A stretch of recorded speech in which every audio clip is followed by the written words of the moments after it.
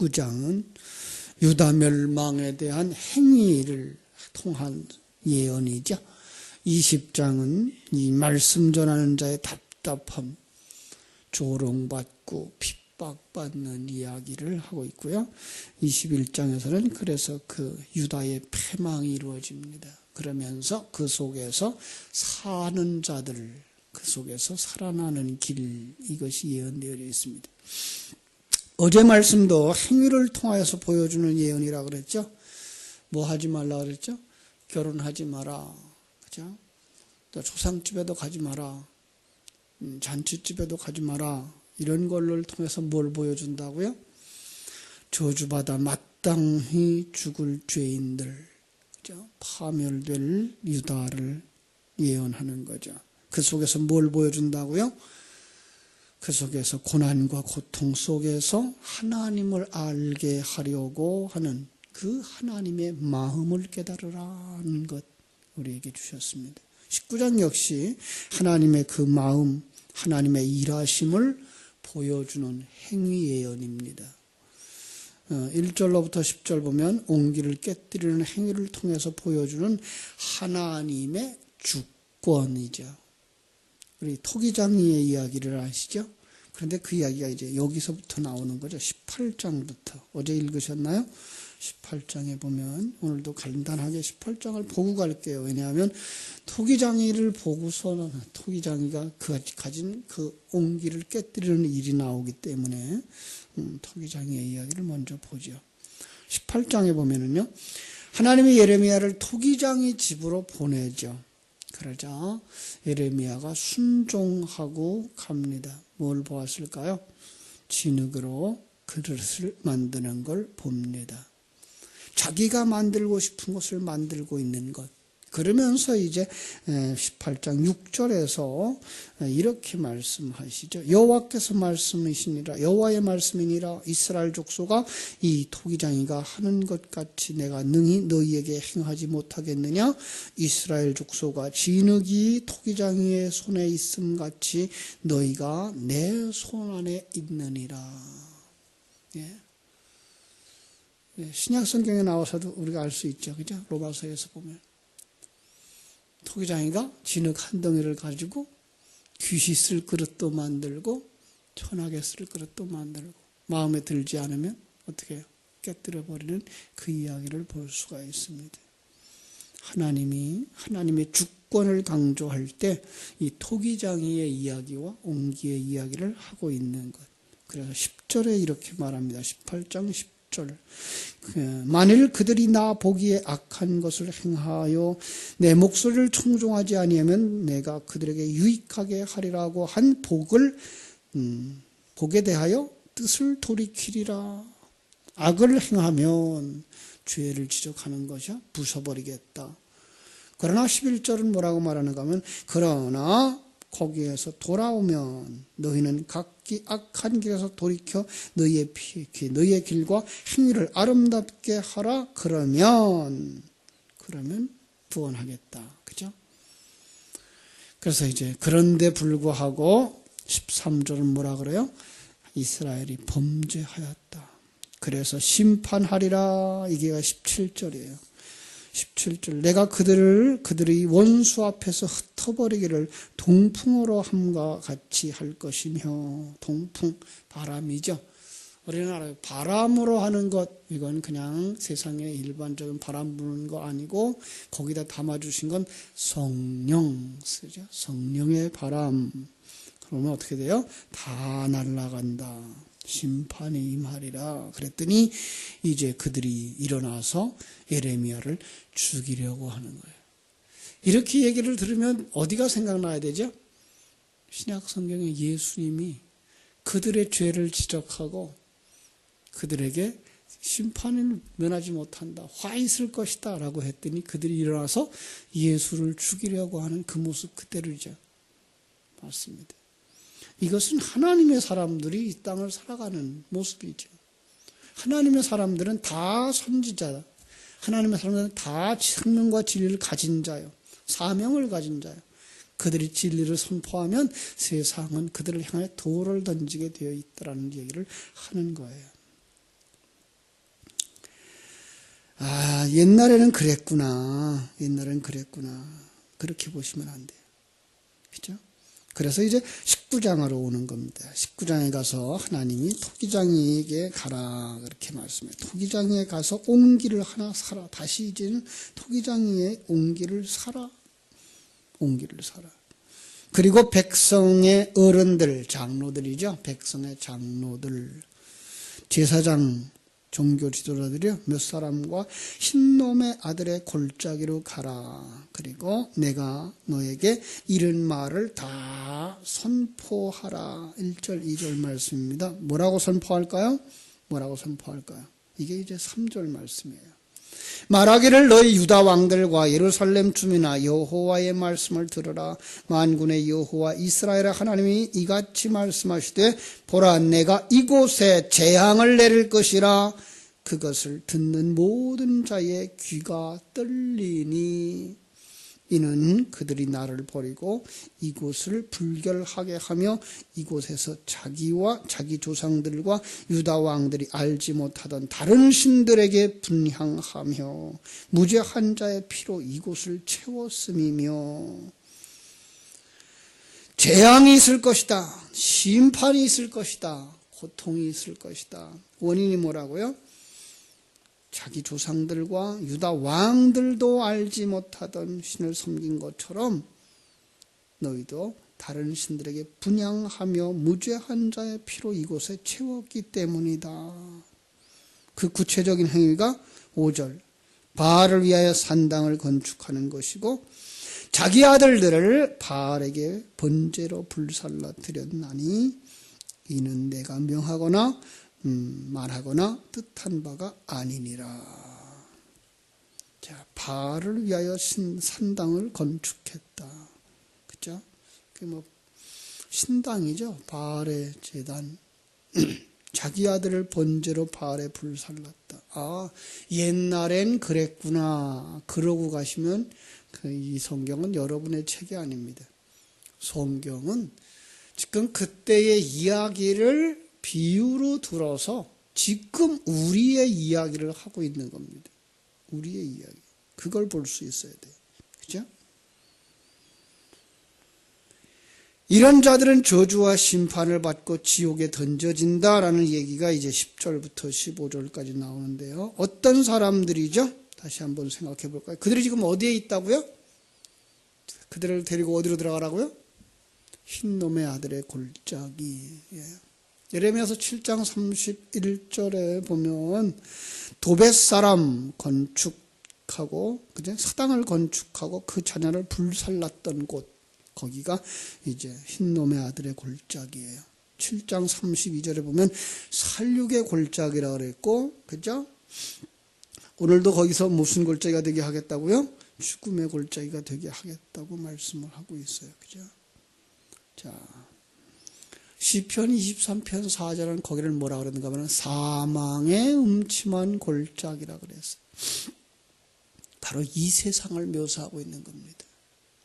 이 세상이 어디예요? 흰놈의 아들의 골짜기입니다.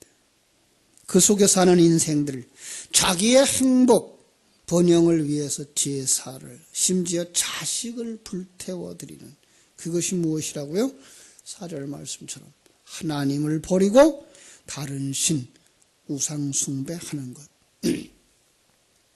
자기가 중심이 되어져서 하나님까지도 자기의 어떤 일을 해결하기 위해서 써먹기 원하는 자들, 그게 우상 숭배라 그랬습니다. 그런데 거기에 아주 재미난 표현이 들어있어요.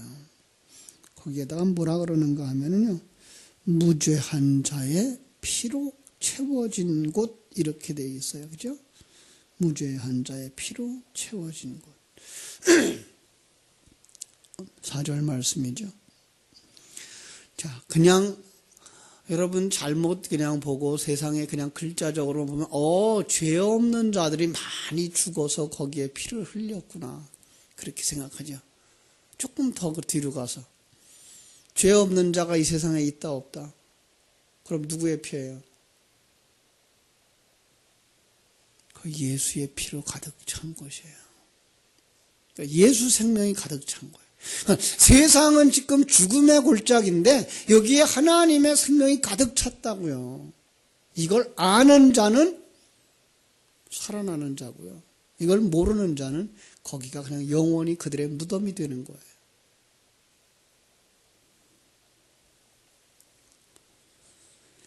자, 많은 사람들은 이 땅에서 보이는 것만 보고 있어요.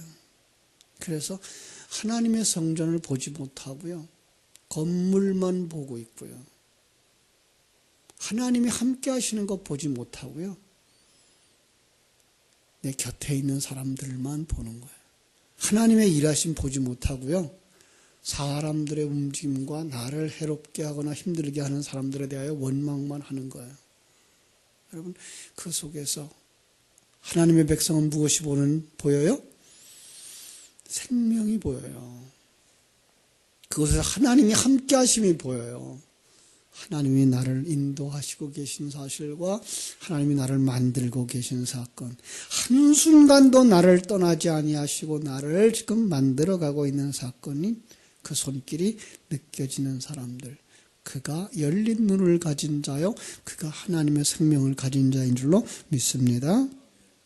5절처럼 그들은 성전을 건축하되 바알의 신전으로 여겨요. 그가 낳아야 할 아들을 자기의 행복을 위하여 불살라버려요. 자기가 낳아야 할 아들이 어떤 아들이에요? 독생자죠. 그죠? 여러분이 아들로 태어나야 되는데 여러분이 태어나야 할 그 아들, 그 신앙을 무엇을 위해서 바꿔먹어요? 자기의 생각을 위해서, 자기의 행복을 위해서, 자기만을 위해 사는 거예요. 그렇죠? 이 세상 사람들 아니에요. 우리 얘기 아니에요. 내 행복을 위하여 요즘 자식도 안 낳잖아요. 그죠? 걱정한다고요? 자식들 걱정해서 안 낳는다고요? 천만에요. 자기들이 힘들까봐, 고생할까봐 안 낳는 거죠. 하나님 주신 생명도 다 끊어버리고. 그러면 이 세상이 무엇이 된다고요? 죽음의 골짜기가 된다고요. 자기를 죽이는 골짜기가 된다고요.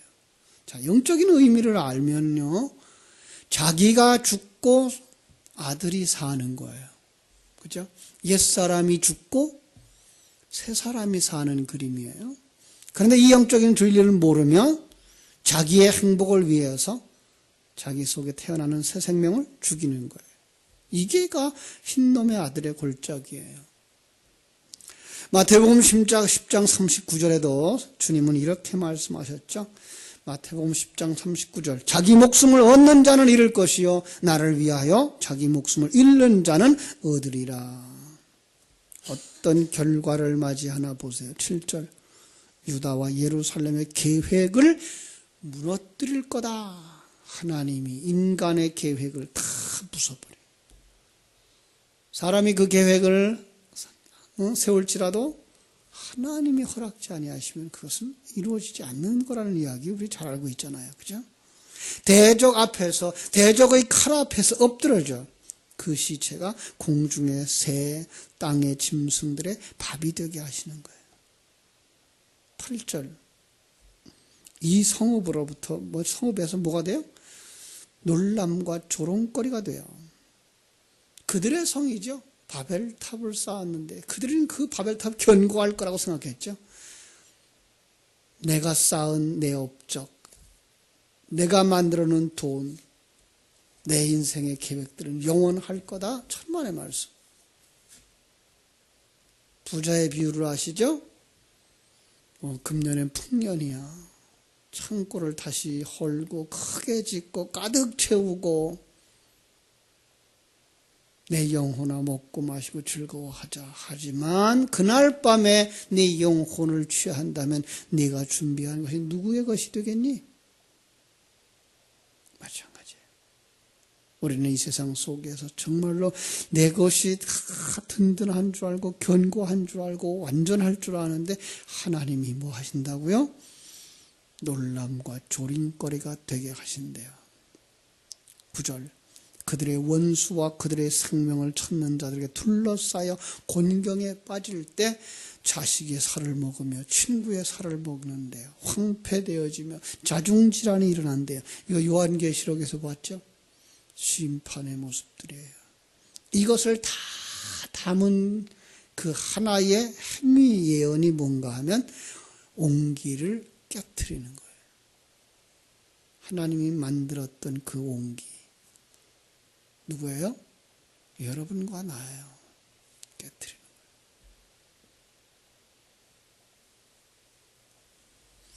거예요. 회개하지 않는 백성들을 상징하기도 하고요. 우리의 옛사람을 상징하기도 하는 것 보실 수 있어요. 우리의 옛사람은 그 옹기가 깨어져야 뭐가 나와요? 그 속에서 횃불이 나와요. 세상 사람들은요, 횃불이 없어요. 그러면 뭐예요? 그들은 영원히 멸망하는 그릇인 거죠. 그래서 뭐라 그래요? 한번 깨진 그릇이 다시 뭐 할 수가 없다고요? 완전하게 할 수 없다고요. 두 번째 기회가 없는 거예요.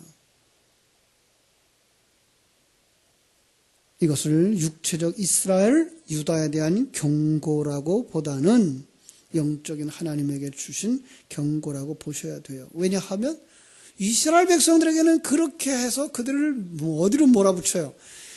바벨론으로 몰아붙이지만 거기서 돌아오게 하시나요? 이건 다시 보면 두 번째 기회를 주는 것처럼 보이잖아요. 그런데 하나님의 말씀은 거짓말하지 않는 분이시거든요. 분명히 실현되어질 것이라면 이것은 당시의 역사 속에 있었던 이스라엘에게 주신 말씀이 아니라 온 인류 속에 있는 개인의 생명들에 대해서 주시는 거예요. 너희를 마지막에 부서져서 하나님 앞에 설 때 심판을 받을 텐데 그때에 하나님의 생명이 없는 자는 영원히 지옥에 들어가는 거예요. 두 번 이상 기회가 없어. 이렇게 말씀하고 있는 거예요. 우리의 신앙생활, 우리의 일생은 여러분 장난이 아닙니다. 사느냐 죽느냐 이것입니다. 이것도 괜찮고 저것도 괜찮고 아니요. 절대 그렇지 않습니다. 예수 생명을 가지고 하나님과 함께 승리의 삶을 걸어가는 인생이냐? 아니면 여전히 내 중심으로 살아가고 있는 사람이냐? 거기서 뭐 하라고요? 돌아오라고요. 회개하라고요. 하나님은 그것을 말씀하고 있는 겁니다. 흰놈의 골짜기를 지날 때에, 사망한 음침한 골짜기를 지날 때에 하나님께로 돌아오라는 겁니다. 그리고 14절부터 15절 이 메시지를 받은 예레미야의 행위가 기록되어져 있습니다. 이 진리의 말씀, 엄격한 경고는 누구를 위한 것이다? 내 말을 듣고 돌아오라 하는 하나님의 백성들을 향한 것이에요. 하나님은 심판할 자들을 염두에 두지도 않아요. 지옥에 보낼 자들은 걱정도 안 해요. 본래 하나님이 그렇게 지으셨거든요. 그런데 하나님의 백성들은 그들과 같이 가지 말라고, 그들을 가던 그 길에서 돌이켜서 하나님께로 오라고, 하나님이 주인인 사실을 깨달아 알고 그분이 당신들과 함께하고 계셔서, 우리와 함께하고 계셔서 우리를 만들어가고 계신 그 손길을 깨달아 알라고. 다 완성되어지면 천국으로 데려가겠죠. 이게 에녹의 삶 아닌가요? 에녹은 300년 동안 하나님과 동행하다가, 그죠? 결국은 300년 만이 아니에요. 65세에 무드셀라를 낳고 300년을 동행했으니까 365년을 동행하신 거예요. 다시 말하면 365일 매일 매 순간을 하나님과 함께 동행한 사람, 그 사람이 에녹이에요. 여러분들이 바로 그런 에녹이 되셔서 사망에 들어가지 아니하고 하나님 나라에 들어가는 자들이 다 되시기를 주님의 이름으로 축원합니다. 거기서 회개해야 됩니다.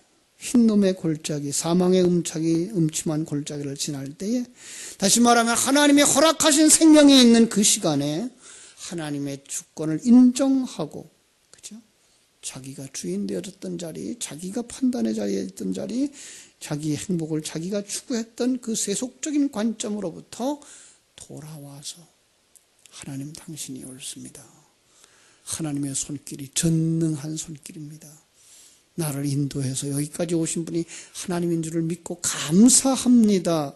그래서 하나님의 주권을 인정하고 하나님을 순종하고 감사하고 찬송하는 자들, 바로 여러분들이 다 주님의 나라에 들어가게 되기를 주님의 이름으로 축원합니다. 기도하겠습니다. 하나님 우리 아버지, 크신 은혜와 사랑을 감사합니다.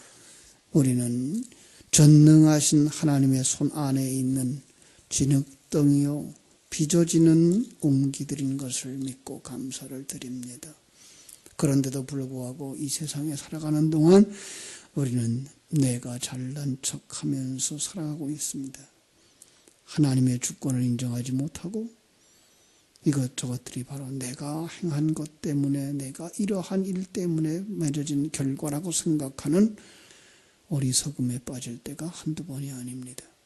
하나님, 그때마다 오늘 말씀이 생각나서 정말 하나님의 주권을 인정하고 하나님의 말씀에 순종하며 기뻐하고 감사하고 찬송하며 갈 수 있는 에녹과 같은 사람들, 하나님의 귀한 자녀들이 다 되게 하여 주시옵소서.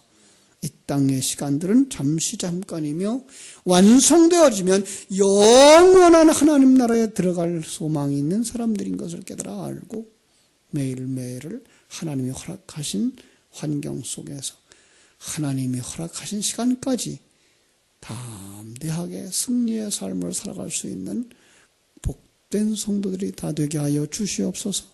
오늘 하루의 삶도 주님께 부탁드리고 거룩하신 예수님의 이름으로 기도하옵나이다. 아멘.